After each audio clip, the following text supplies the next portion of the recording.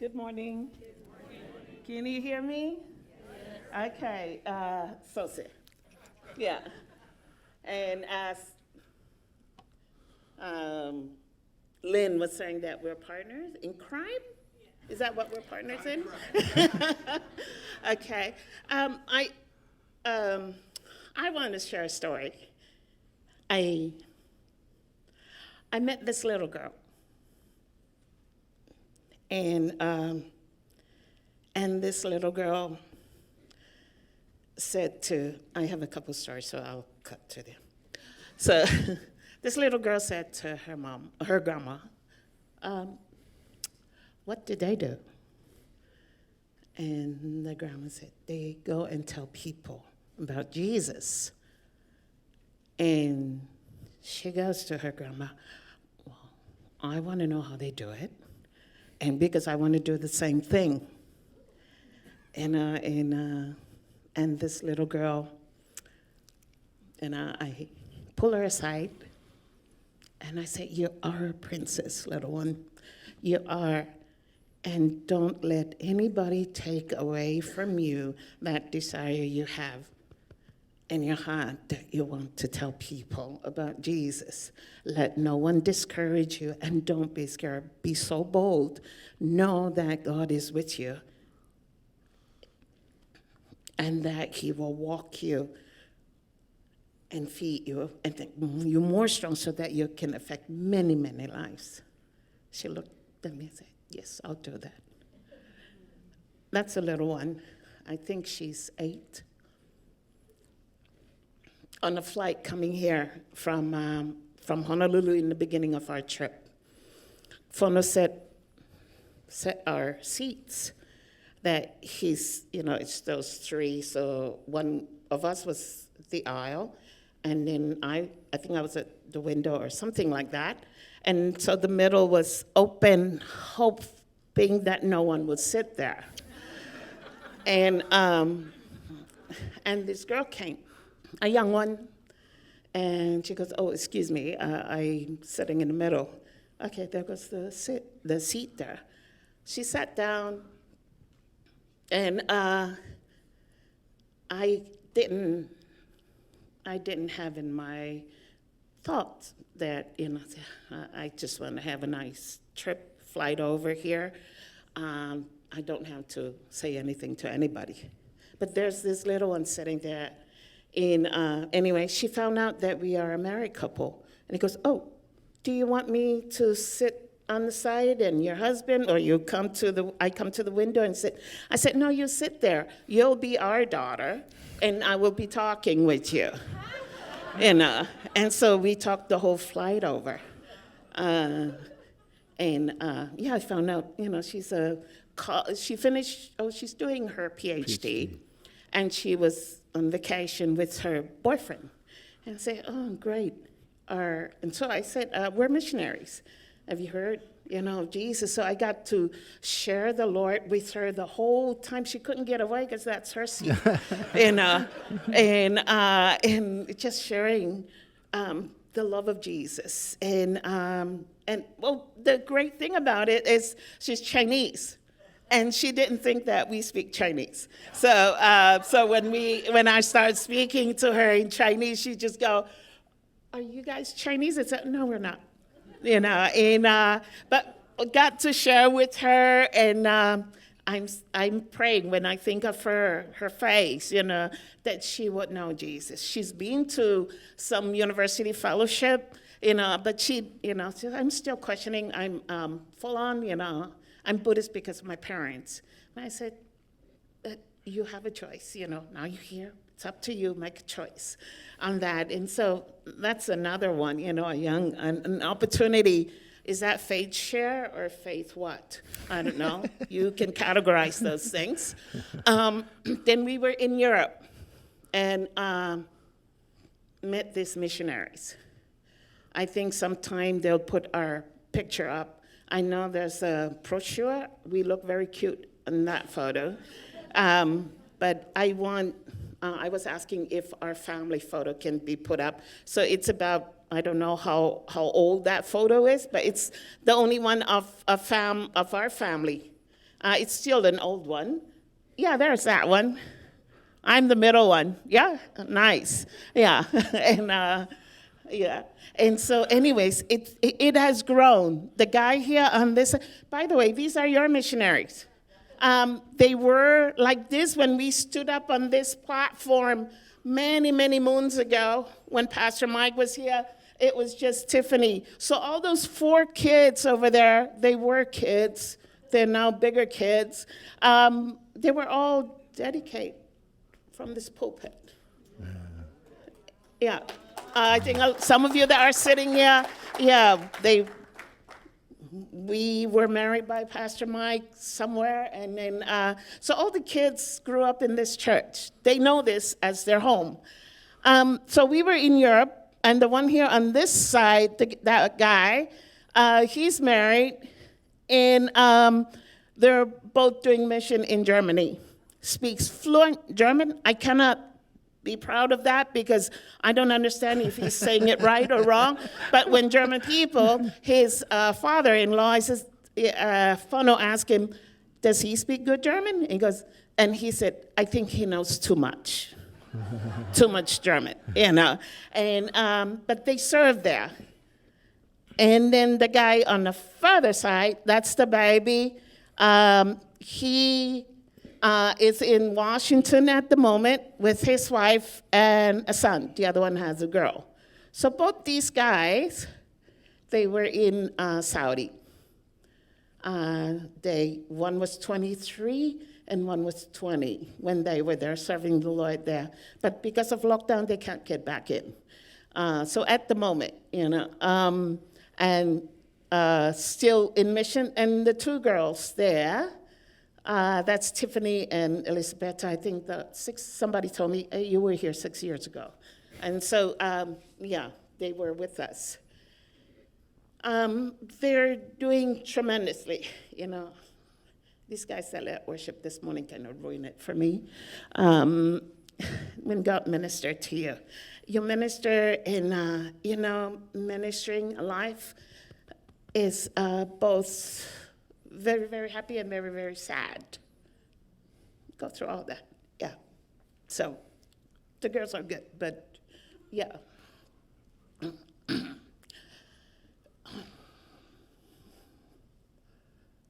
Story of another friend.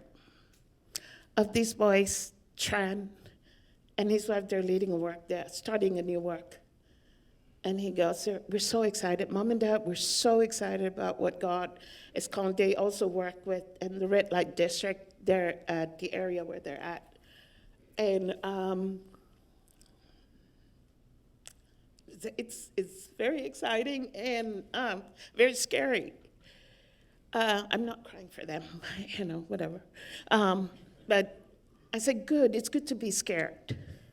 It's good to be excited, but it's very good to be scared because it makes you hold on to God. It makes you hold on with your dear life to God. And we've said that to all our kids. They say, you're not the norm Samoan family. Well, they think they're Samoan, but they don't think Samoan. I think they think more Chinese. And then Chinese, I think they think more English. But those are... They're messed up. Yeah. Jesus just messed them up. Has Jesus, you know, is Jesus messing your life up? Then that's norm. That's norm. I'm standing here, we're standing here, and I'm really messed up this morning. Really, really messed up this morning. Another good friend. She's older now, but we've known her for years since coming to this church. An amazing friend, an auntie to our kids. They call her grandma sometimes. They call her auntie sometimes. They call her mom. She has been a blessing, and just we spent on coming this time. We overnight with her, and just, you say minister to her, but just her love for Jesus is still very, very strong. And that just really encourages me, you know, that God is working still in in her life and minister to our life as well. The one that's sitting there on the floor, she's the oldest. Her name is Tiffany.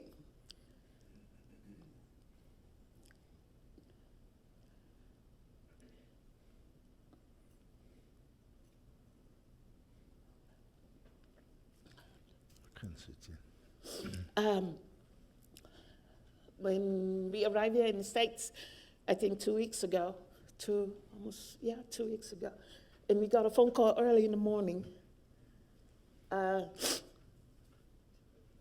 Just say, Mom and Dad, we just want to update you. She was raped. And,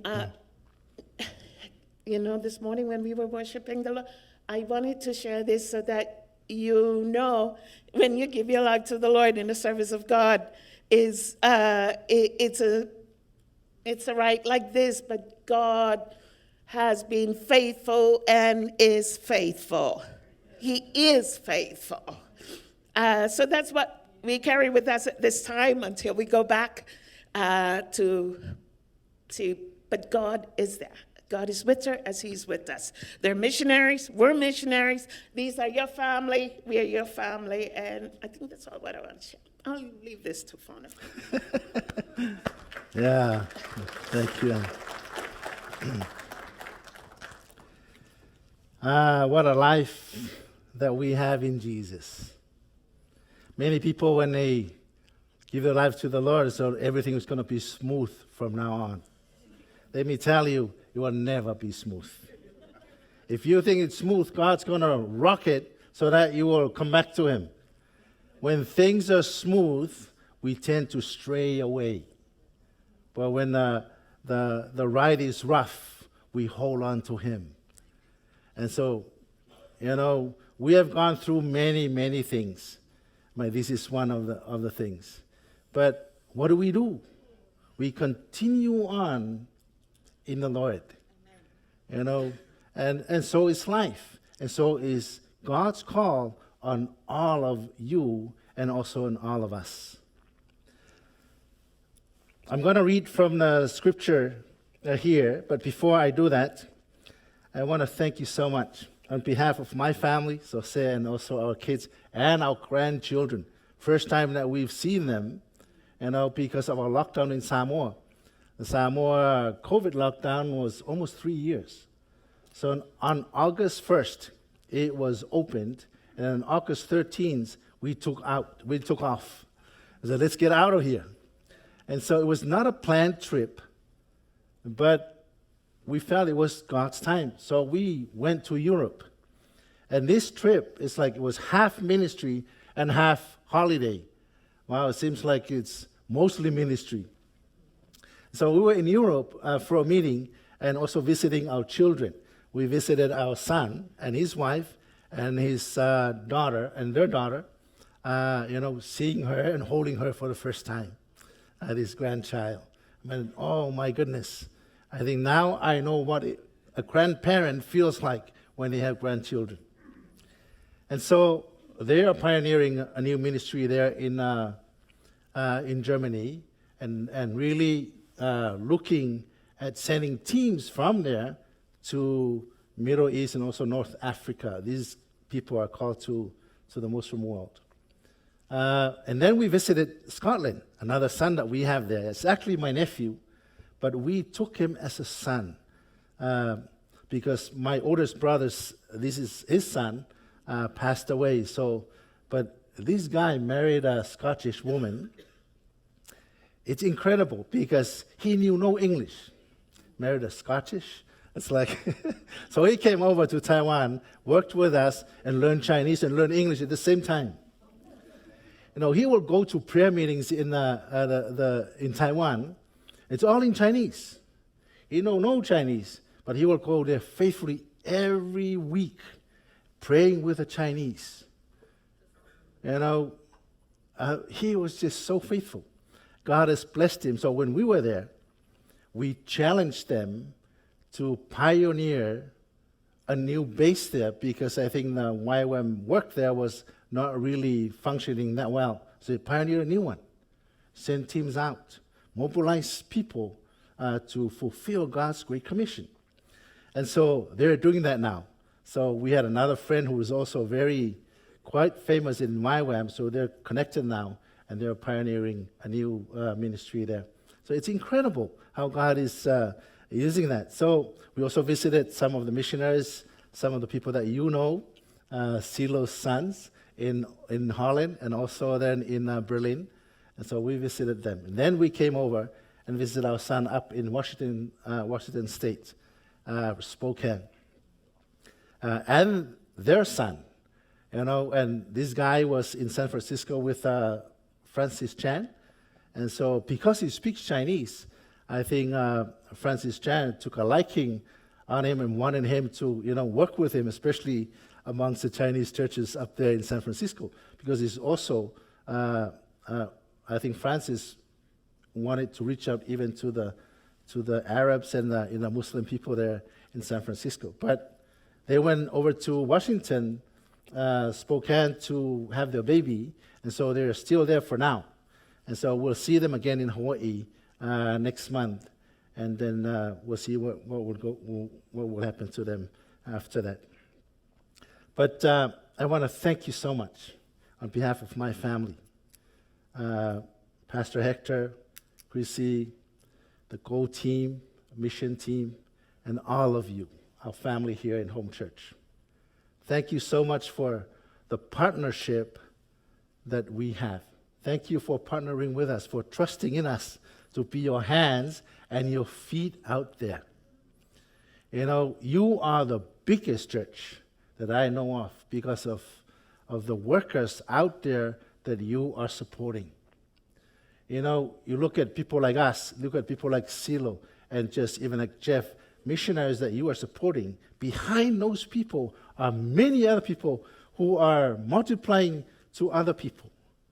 And when we look at our number, even today, don't be discouraged. Numbers are just numbers. But you look at the effect of the work of God that God is doing in and through these people like us. It's incredible.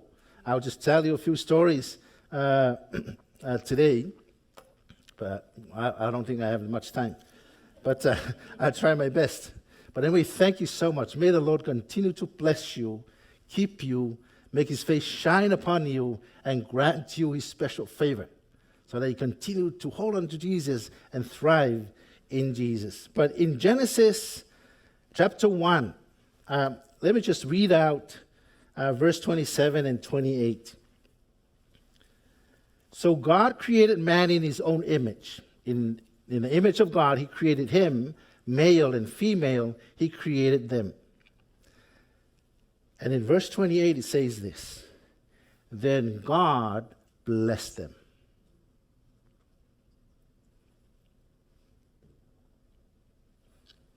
And God said to them, Be fruitful and multiply. Fill the earth and subdue it. So I stop there. But I have read this over and over, and Genesis over and over and over. Every time I read this scripture, I see new things. And I've never seen this before. When I got to verse 28 and said, Then God blessed them. Now, when we think of blessings, many times we immediately think of money as a blessing. It's like, wow. They didn't have money in those days. How did God bless them? But that's the problem that we have.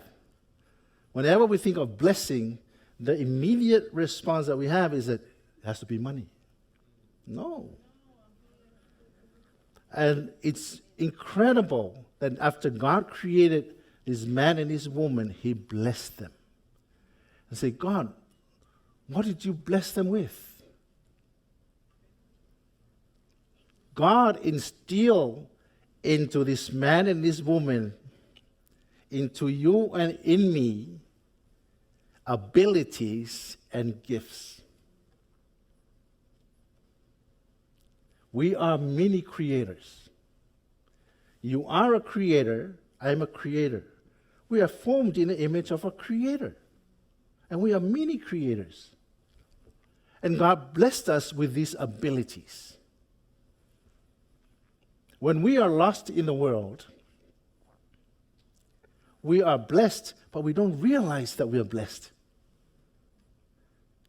We recognize these blessings as soon as we come back into the Lord, where God will reveal to us, these are the blessings, these are the abilities that I've given you so that you can be fruitful and multiply. And notice also over here, these two things go together. Fruitfulness and multiplication, they go together. And God commanded this man and this woman, after he blessed them, he said, now be fruitful and multiply. How? Because God has already given them this power in them. As long as they were in God, they recognized that abilities, those abilities and that power. When they were outside of God's presence, meaning that when they lost that intimacy with God through sin, they couldn't recognize those abilities and that power to create. There were many creators. God created them in His image. You and me, God has blessed us. He has blessed you. Forget about money. Money is a very small thing to God. It has become a great thing to us. That's why we have so many problems.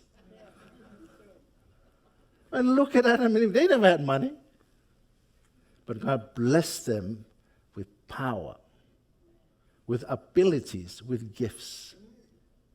And then God commanded them, now you have that.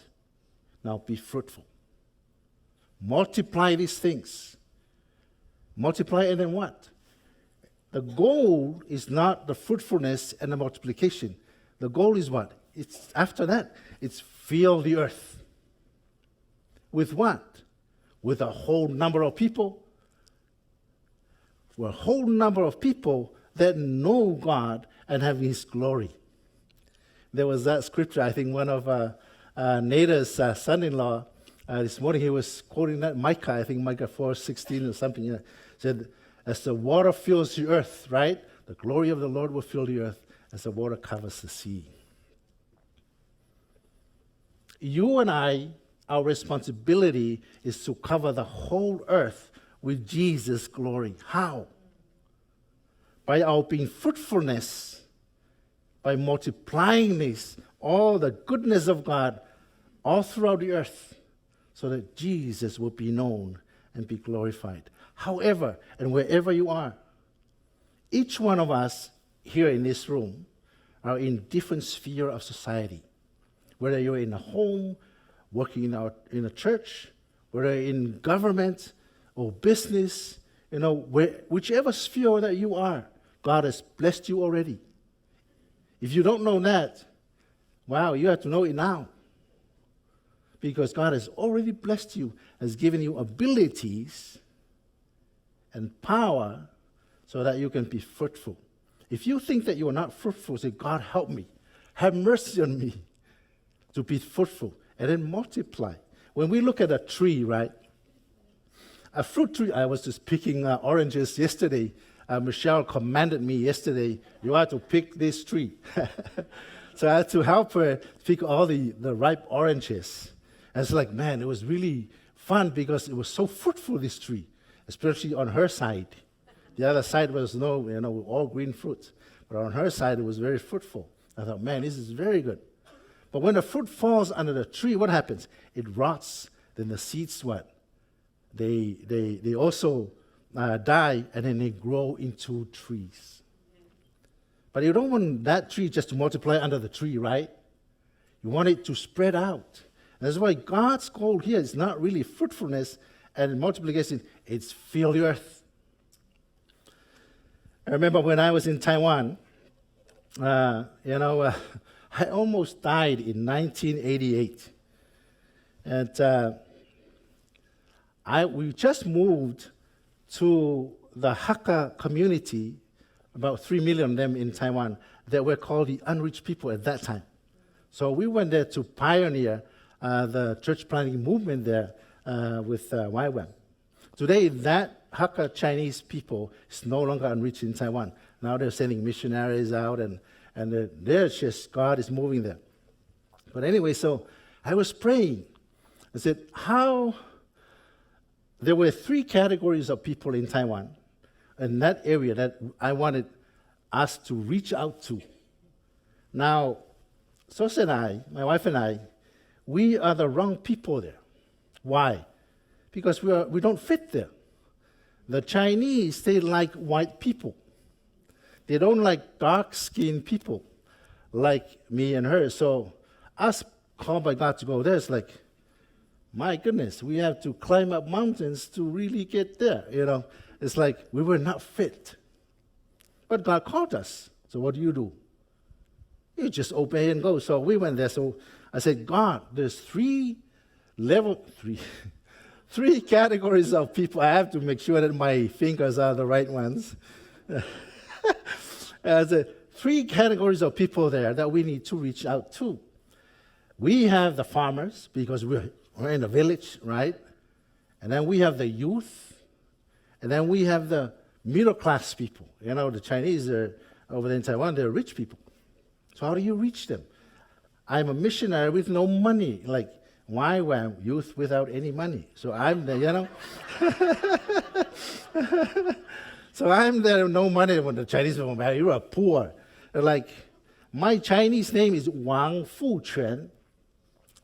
国王的王，丰富的富，权力的权. Like it's a real Chinese name. Wang means king, right? That's my last name. And then Fu means prosperity, wealth. Wow. And then Quan means power and authority. So it's very Chinese. And this Samoan guy has that Chinese name, which is powerful, rich, and everything. And I didn't have any money.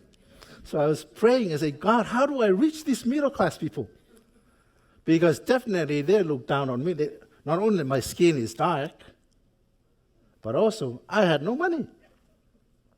So they always ask you, how much do you make a year? What's your salary? It's like, oh my goodness. So I try to multiply what I have maybe 2 or 3 times and tell them. I'm just kidding. So whenever I tell them how much I make a year, it's like, they feel sorry for me. So I was praying. So now I know how to reach the farmers. My landlord was a farmer, and so I said, Akong, so I call him grandfather.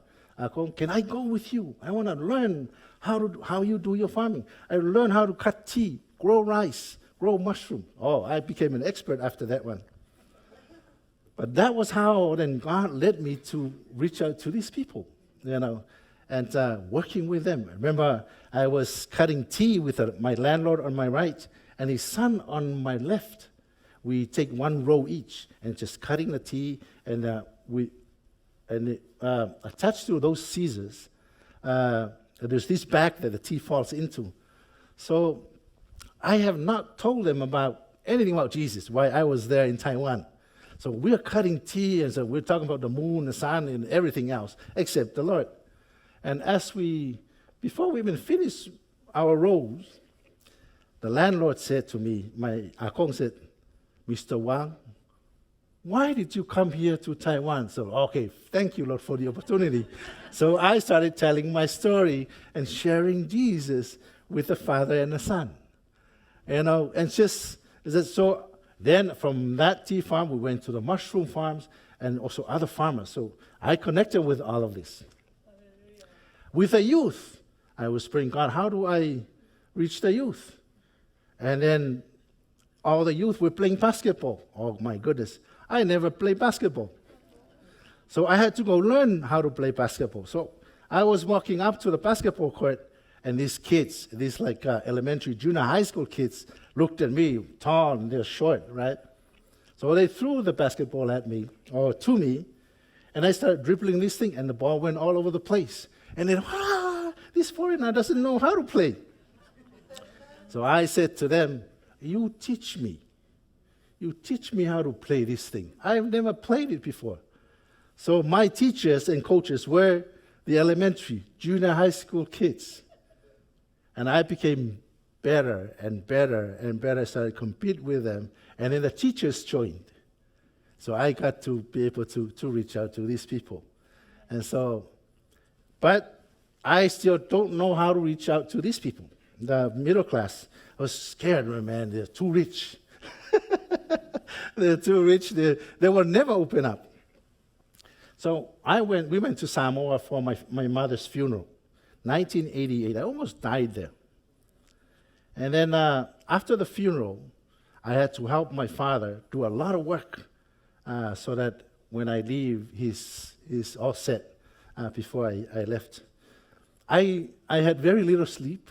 I had to work from day, even night, just to make sure that he is set before I left. So when I left my home, I went to American Samoa where Sose and the kids were there.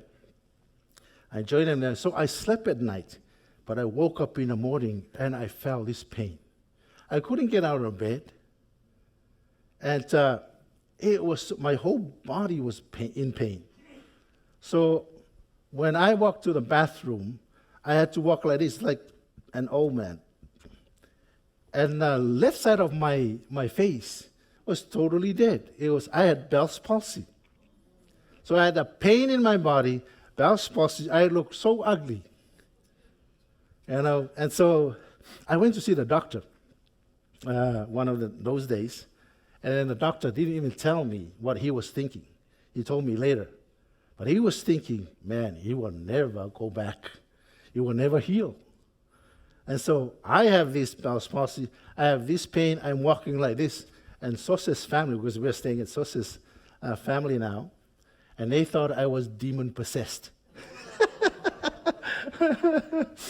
Oh, man. I was so ugly. I just wanted to die. It's like death is better than just going through this thing, And so I remember one time I was on the bed and said, God, what is happening to me? I confessing all kinds of sins. Sins that were already confessed, I had to reconfess. To make sure that we're already clean, I said, what is wrong with me? And God said, read Job. I said, God, I know about Job. I don't want to read Job. And so finally, we still didn't know what was wrong, but every day I was just in pain. And so we came here to the States after that, and one of the members here in home church worked as someplace where they have an MRI. So so she took me in and put me through that machine and found out my L4 and L5 here in my back was all messed up. And so the doctor then immediately said, we need to operate on you. I said, no. Give me time, I didn't trust any doctor. I've heard so many horror stories of back operations that went bad. It's like 70% of them failed. Only 30% success, so I'm not going to risk. I said, I'd rather die with a back. With this pain, right? And so we went back to Taiwan, went to the doctors there, and did the same thing. And they said, we need to operate on you immediately. We need to fix your back. I didn't trust them. So I went from chiropractor to chiropractor to chiropractor. Yeah, it's good when they work on you, but as soon as I take the bus, or 2 buses, or 3 buses to go back home, by the time I get there, I was in pain again because of of that. And so so we were in Taiwan at that time. And one day I was just praying and saying, God, what is wrong with me? I've confessed all kinds of sins many times, again and again. And then the Lord said to me, why have you stopped tennis? I gave you that gift. And I thought, God, is this really you? It's like, I have been programmed to think that there's a separation between secular and sacred. That's how the Greek think. It's not biblical thinking.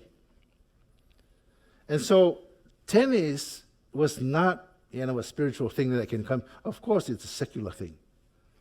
But God said, why have you stopped tennis? I gave you that gift. I picked it up in high school. I became very good at it. And so I took this tennis racket and went back to the tennis court and started playing while hitting the wall, to make sure that I can play. And all of a sudden I could feel that my back the pain was starting to relieve. My goodness. Remember, I've been praying, how do I reach these middle-class people, right? Then I discovered all the people that were playing tennis were what? Were either lawyers, they were business people, they were bank owners, bank managers, and teachers, and all of these. They were all there in a tennis court. God has to break my back to get there and reach these people. I tell my kids, and they laugh at me, and they say, man, I've told you there's two kinds of people in this world. People that learn the easy way, and people that learn the hard way. And my kids think that I learned the easy way. I said, I learned the hard way, just like them. I think I passed it on to them. I feel sorry for them. And so, God has to break my back in order to reach out to these people. So, Sose and I, we joined the clubs, the tennis clubs, between 500 to 1,000 people, members of these clubs. We are the only Christians. All of these Chinese, either Buddhist, they worship their own ancestors. We are the only Christians there. And it was really incredible. We lived out Christ. Remember one time they were playing tennis. These guys, they were playing tennis. I'm sitting there. And many times they call something that was out in, or something that was in out. These guys just want to win, And so whenever they don't trust the other team, they say, okay, Mr. Wang, did you see that one? If I see it, say, oh, that was out. And so, thank you. They used to call me the truth man. See, we were there, and we have to live out Christ. And so this tennis racket has opened many doors. I was telling Pastor Hector yesterday, I went to the Philippines. We were staying in a hotel. And I want to just go out and talk with people and just, connect with people. And I saw this private court there. And so they have guards and servants. These people are rich there in Philippines. They're in Manila. And so I went there and said to the guard, can I go play tennis? He said, no, this is a private court. I said, no, I don't take a no for an answer. So I said, can I talk to the owner? And the owner was playing, And so the guard then went and asked him, said, okay, he can come in. So I went inside. And I said, can I play with you? And I'm looking for a place to play. And the owner said, okay, come. As soon as he saw that I can play, he said to me, how long are you going to be here? You come every day and play with us. And we have met many people connected through just this simple gift of tennis. That's why, to me, there is no separation of the secular and the sacred. In Genesis, there's science and technology all over there in Genesis 1. When we separate these things, then we're in trouble. God has blessed us with abilities to bring glory to Him through whatever He gives to us. I also do biogas. Tomorrow I'm flying to Brazil. You might think, wow, Fono is very rich. He has so much money, In fact, they appointed me as an associate dean of the Faculty of Science and Technology in our university, University of the Nations. I don't have any degree from university. I don't know why they put me in there. There's two other guys who are scientists from Great Britain, from the prestigious university there. He was a professor there, and one of the prestigious university in Great Britain. And another one from here in the States, from another prestigious university. And I'm the third one. So I said to them, why do you want me in here? I'm not even qualified. And then they said, wow, what you do there in Samoa and throughout even the world now, it's no degree matches. So they put me in to torture me. So that's why I'm going to Brazil. I'm going there to set up the consultation next year for the Faculty of Science and Technology so that we can start mobilizing engineers, mobilizing missionaries to take these things to open doors in communities, in unreached peoples. It's incredible.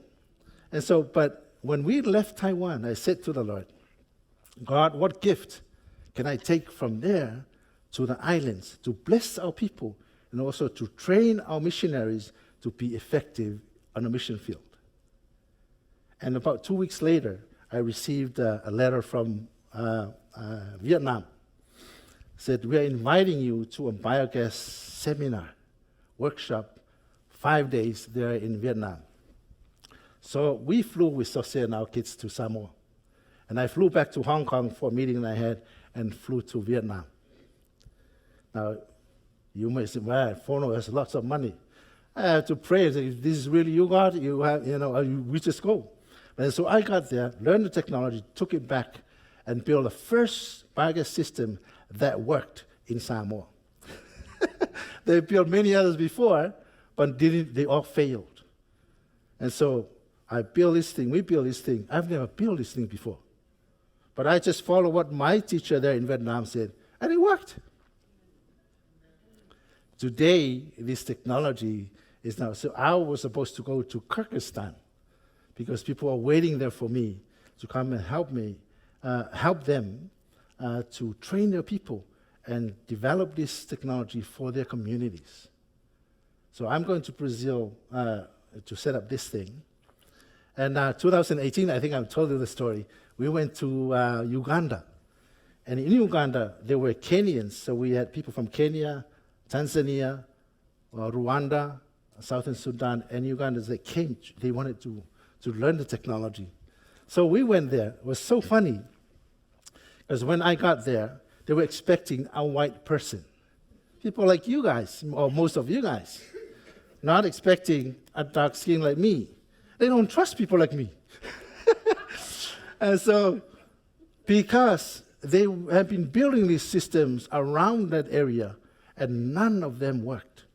So I went and visited all, and said, my goodness, these people, this is what took the money from the people, and none of them worked. And so they were expecting me also to fail. So we're going to this community, and all these Kenyans, all these people say, is this thing going to work? I said, no, it's not going to work.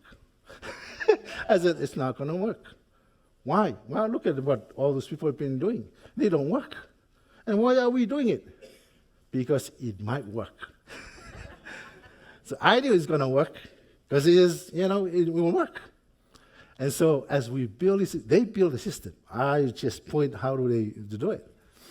I designed a system that really is appropriate for their community.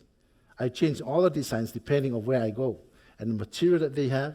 So what we do, we use what is locally available. We don't use what is imported. Yeah? Really to train them to create something from what is there. Remember, God has blessed us with abilities to create. The problem is we have looked at money as a blessing only. And it really rid us of all the abilities things that we can do for the Lord. And so I designed a system that is appropriate for them. And they built a system using what was locally available. So after we built all of these things, so that at night they come and knock on my door, and it was very hot. So I'm in my mosquito net, trying to study, because I'm there to do this and also have to study. But anyway, and I said, is this system going to work? So I said, okay, go and turn on the gas and light the fire and see if it will work. This is just 1 day after. 1 day after. Usually you have to wait for 10 to 21 days before it worked. But I designed the thing so that it will work just 1 day after. So they went, and they were so excited, all of them. The Africans are amazing. So they went there, really doubting that it will work. They turned on the gas and lit the fire. They dance the whole night and singing because they have never seen cow poo turn into fire.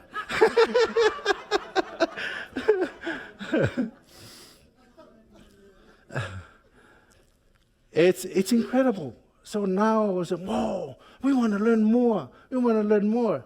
So they all went out to their countries. And some of them in their countries were building systems. So I can help them from Samoa through Messenger or through Zoom. I just guide them, and they all work. There's only one system that is not working because they didn't call me.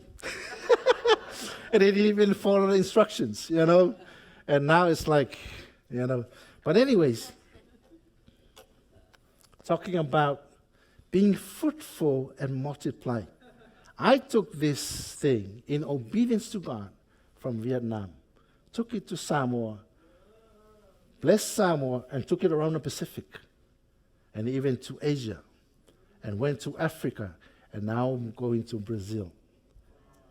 The Brazilians have been very aggressive missionaries in YWAM. They are very, very good. So now we are reaching out. We want to train the Spanish-speaking and the Portuguese-speaking. Because in Africa, these guys go there to reach out to the Portuguese-speaking and Spanish-speaking countries over there. And so we're starting from, this is the first time we've ever done this one, and we're starting there in Brazil. And maybe in the next 2 years, we'll do one in Africa, because we want to spread this all over. Bless communities, but to bring glory to Jesus. God has blessed you. He has blessed you, even with His presence. He is there with you. If you're here today and you don't know Jesus, your mothers, your grandmothers, your grandparents, and parents have been praying for you. My grandmother was praying for me. That's why I can stand here today. Remember, I went to her house one day and said, Fono, there's too many of you. There are 17 kids in my family. I have 16 siblings. There's so many of you, but none of you serving God. She went to church every morning at 4 o'clock. She prayed for us. I think a few years after she's been praying for me, I gave my life to Jesus. And then God called me to be a missionary. Wherever you are at, you are a blessed man and a blessed woman, blessed family.